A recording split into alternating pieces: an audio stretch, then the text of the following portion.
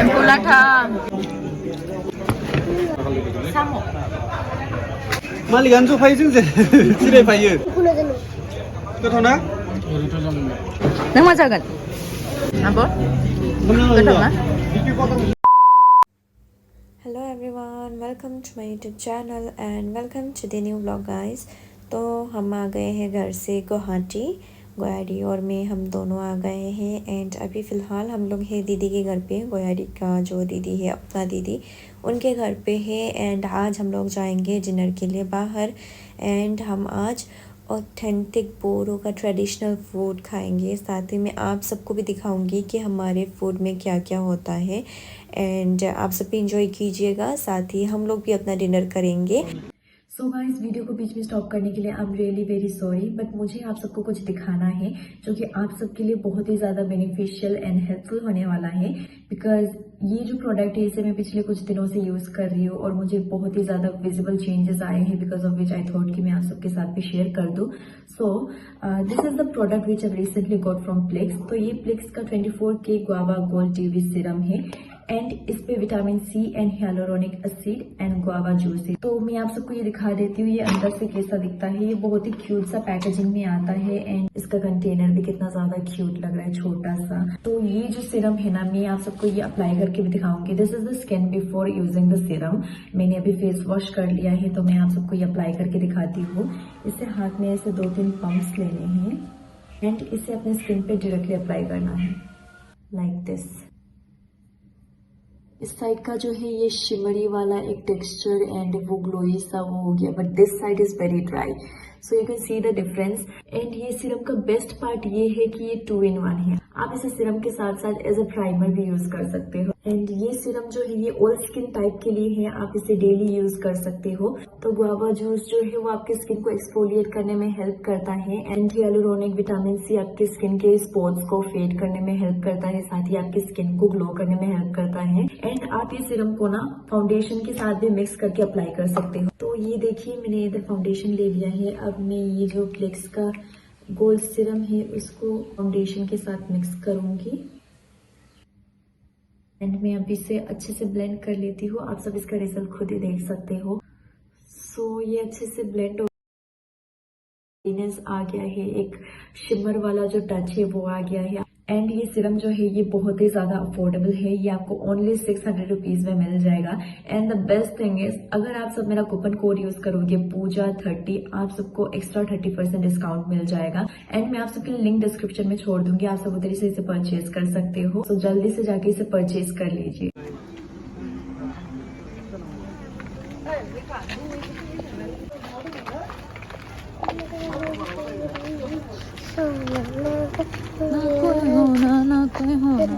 Haba Barbie.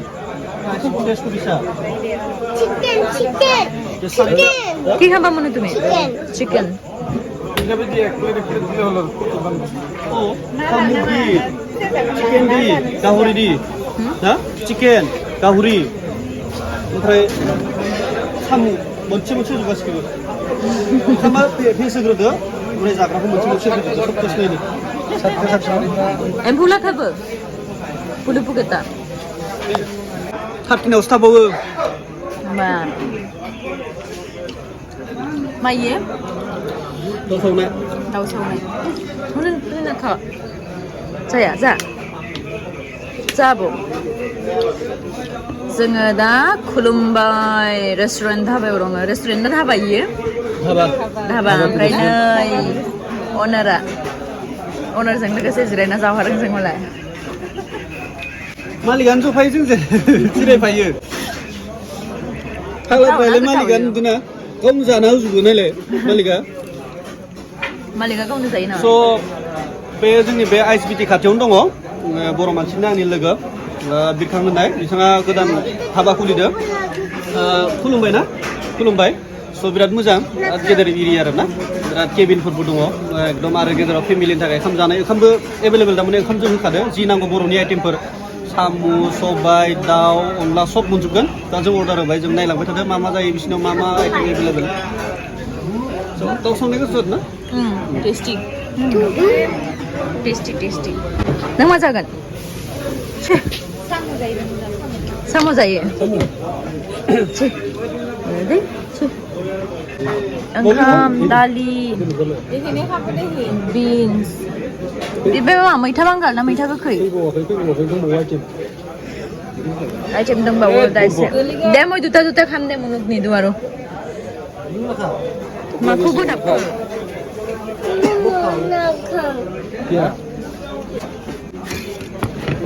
साम' थान्दा थान्दा खोनाखाय ये मा अनला थान्दा हरबे नेকি अबे मोनसेखौ जाजेन भगवान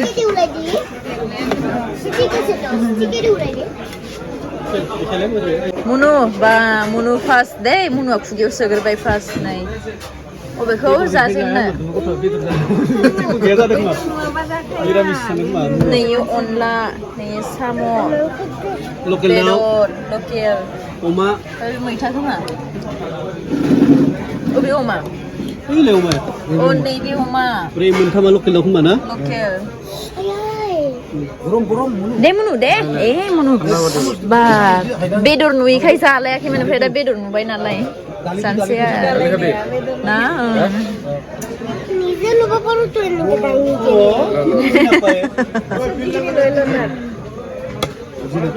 नै अबेखौ जाजेननो दा अबे मोनसेखौ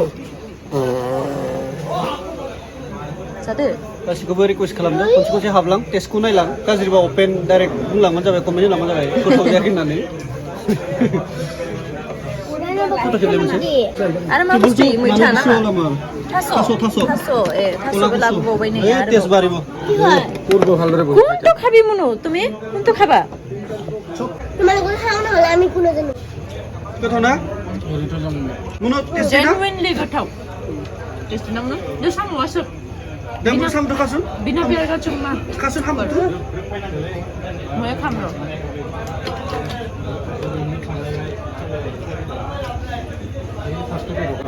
साम'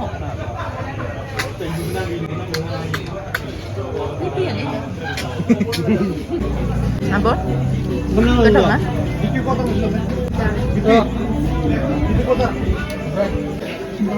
Nah, samuladai. So backgroundआव गान दामगासिनोमोन ना बेखायनो भइस डाबिं होनांबाय आरोना ओमफ्राय जानाय लोंनाया बिराद गोथावमोन ओमफ्राय गासिबो अथेन्टिक लाइक थास' बिसंनिफ्राय मैथानिफ्राय एम्फौ लाथा साम' लादाय गासिबो मोनजोबगोन आरोना नोंथांमोना गोसोबा थांनानै नायहैनो हागोन जाहैनो हागोन एम्फौ लाथा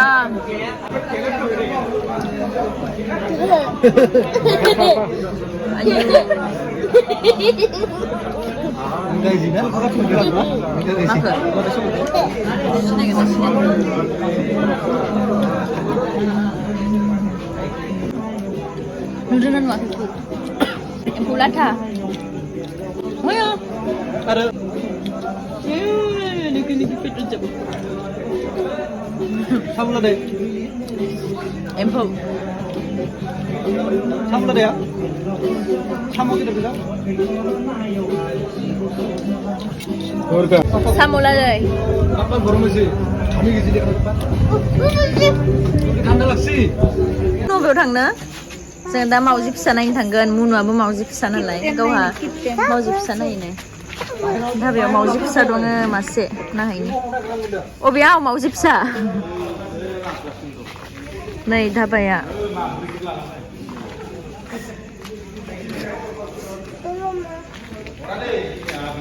मुनु मासे फिसा बिमाया फैदों हनै बिमाया फैदों Nggak ini Mabri dong masih menjang lu ayo leh sama dunia Misha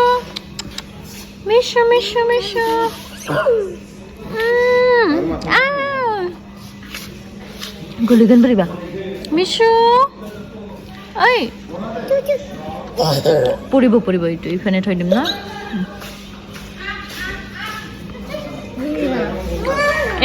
nih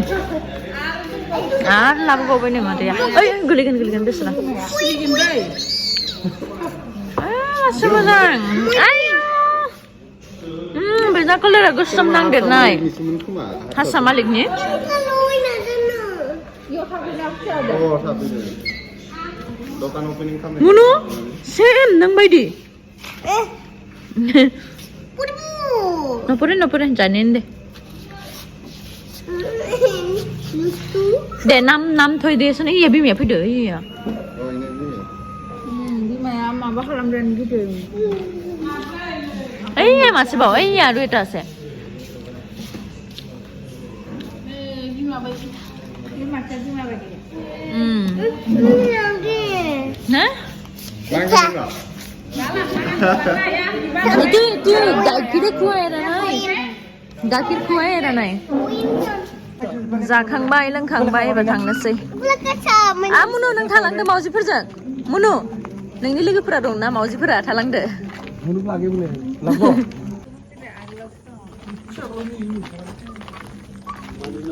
Day thank you कह दे मुनु बाय बाय कह दे